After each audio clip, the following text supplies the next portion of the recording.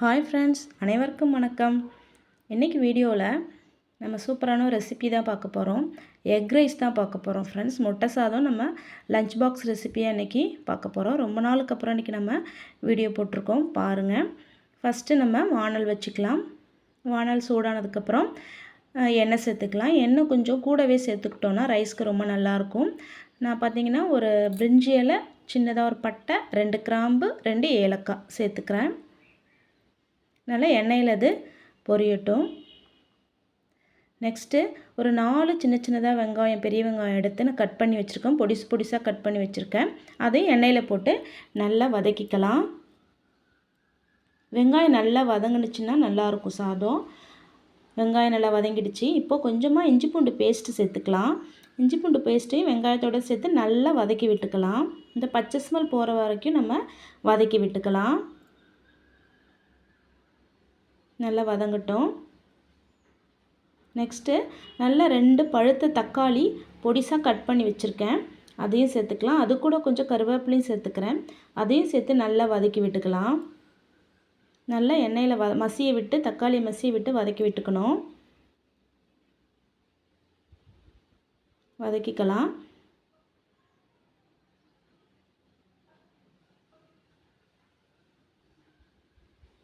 நல்லா எண்ணெய் பிரிஞ்சு வரும், அது வரைக்கும் நம்ம வதக்கி விட்டுட்ருக்கணும்.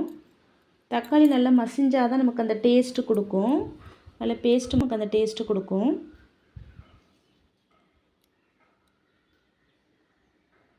நல்லா வதக்கிக்கலாம். நெக்ஸ்ட்டு ஒரு 4 பச்சை மிளகாய் நான் போட்டிருக்கேன். நமக்கு எந்த ரேஷியோவுக்கு ரைஸ் எடுத்துக்கிறோமோ அந்த அளவுக்கு நமக்கு பச்சை மிளகாய் தான். காரத்துக்கு தேவையான எடுத்துக்கலாம். கொஞ்சம் கரம் மசாலாவும் மிளகாத்தூளும் சேர்த்துருக்கேன். அதுவும் உங்கள் காரத்துக்கு ஏற்ற மாதிரி எடுத்துக்கோங்க. நம்ம எவ்வளோ அரிசி எடுத்துருக்கோமோ அந்த அளவுக்கு. ஒரு 1/2 ஸ்பூன் மஞ்சத்தூள் சேர்த்துக்கிறேன். காரமும் உப்புமே நம்ம அரிசி எந்த அளவுக்கு எடுத்துருக்கோமோ, சாதம் எந்த அளவுக்கோ அந்த அளவுக்கு நீங்கள் எடுத்துக்கலாம். நான் ஒரு 2 டம்ளர் அரிசிக்கு தேவையான பொருள் தான் நான் சேர்த்துருக்கேன். ரைஸ்க்கும் சேர்த்து நான் உப்பு போட்டுறேன். நல்லா அப்போ தான் பைண்ட் ஆகும். நல்லா வதக்கி விட்டுக்கிட்டேன். நல்லா வதக்கி விட்டுட்டு கொஞ்சம் ஓரமாக தள்ளி வச்சுக்கலாம். இந்த கிரேவியை ஓரமாக தள்ளி வச்சுக்கலாம். இப்போ அதில் கொஞ்சம் நான் ஆயில் சேர்த்துக்கிறேன். கொஞ்சமாக ஆயில் சேர்த்துக்கிறேன். இது கொஞ்சம் சூடானதுக்கப்புறம் நம்ம முட்டையை ஒன்றா இதில் உடச்சி ஊற்றிக்கலாம். நான் ஒரு 4 முட்டை எடுத்துக்கிட்டேன். ஒன்றா உடச்சி ஊற்றிக்கலாம். 4யும் ஒன்றா உடச்சி ஊற்றிட்டு நெக்ஸ்ட்டு நம்ம அதை உடச்சி விடணும். உடச்சி விட்டுட்டு கொஞ்சம் லைட்டாக வேகணும். வெந்ததுக்கப்புறம் நம்ம பரட்டி விடணும். ஏன்னு பார்த்திங்கன்னா அது பெருசாக இருந்தால் தான் சாதத்தில் இருக்கும்போது பார்க்கும்போதும் நல்லாயிருக்கும், சாப்பிட்றதுக்கும் நல்லாயிருக்கும். உடனே நம்ம கிளறி விட்டுட்டோன்னா ரொம்ப பொடிசாகிடும் முட்டை. ரைஸ்க்கு நல்லா இருக்காது, எக் ரைஸ்க்கு நல்லா இருக்காது. கொஞ்சம் பெப்பர் சேர்த்துக்கிறேன். எக்குக்கு மெயினாக நம்ம பெப்பர் சேர்த்தோன்னா அந்த ஸ்மெல்லும் நல்லாயிருக்கும், நமக்கு டேஸ்ட்டும் எடுத்து கொடுக்கும். அதையும் சேர்த்து நல்லா மிக்ஸ் பண்ணிக்கலாம். மிக்ஸ் பண்ணிவிட்டு கொஞ்சம் பெரிய பெரிய பீஸாக வரும், அந்த மாதிரி நம்ம நல்லா மிக்ஸ் பண்ணிவிட்டு அதுக்கப்புறம் இந்த வெங்காயம், தக்காளி, இந்த மசாலாவோட நம்ம ஒன்றா சேர்த்து கலந்து விட்டுக்கலாம்.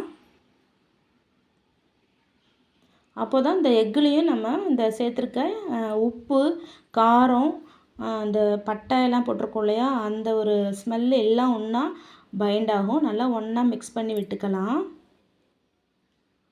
நல்லா இந்த மசாலாவோட முட்டையும் சேர்த்து நல்லா பைண்ட் பண்ணிக்கலாம். நெக்ஸ்ட்டு பார்த்திங்கன்னா நல்லா உதிரியாக சாதம் வடித்து வச்சுக்கணும். அந்த சாதத்தை நம்ம இதோடையே ஸ்டவ் நான் ஆஃப் பண்ணலை, சிம்மில் வச்சுக்கணும். சிம்மில் வச்சுட்டு நம்ம இந்த சூட்டோடு கிளறும்போது தான் நல்லாயிருக்கும். சாதமும் சூடாக தான் இருக்குது. நீங்கள் சிம்மில் வச்சு நம்ம கொஞ்சம் நேரம் கிளறி விட்டோன்னா நல்லாயிருக்கும். போட்டு நல்லா கிளறிக்கலாம். நல்லா கிளறி விட்டுக்கலாம். நமக்கு எந்த அளவுக்கு அந்த கிரேவி இருக்கோ அந்தளவுக்கு ரைஸ் போட்டுக்கோங்க. சாதம் ரொம்பவும் கூடவும் போயிடக்கூடாது. காரம் அந்த இதெல்லாம் கம்மியாகிடும் நமக்கு. காரம், உப்பு, அதுக்கு அந்த மசாலாவுக்கு ஏற்ற மாதிரியான ரைஸ் திட்டமாக நம்ம போட்டு நல்லா மிக்ஸ் பண்ணி அந்த டேஸ்ட் நம்ம கொண்டு வரணும். ஆயில் கொஞ்சம் கூட இருந்தால் தான் நமக்கு மதியானத்துக்கு பசங்க சாப்பிட்றப்போ அடைக்காமல் இருக்கும். நல்லா கிளறி விட்டுக்கலாம். இது லஞ்ச் பாக்ஸ் ரெசிபி தான் ஃப்ரெண்ட்ஸ். இது ஸ்கூலுக்கு இன்றைக்கி பிள்ளைங்களுக்கு நான் செஞ்சு கொடுத்துருக்கேன். 1 மந்த்தாக வீடியோ போடவே இல்லை. இதுதான் ஃபஸ்ட்டு வீடியோ. நான் ஒரு ஃபங்க்ஷன் வீட்டில், அது என்ன நெக்ஸ்ட் வீடியோவில் நான் சொல்கிறேன். நான் காமிக்கிறேன். நீங்கள் மறக்காமல் என் வீடியோ ஸ்கிப் பண்ணாமல் பாருங்கள் நெக்ஸ்ட்டு வீடியோவில். தேங்க்யூ.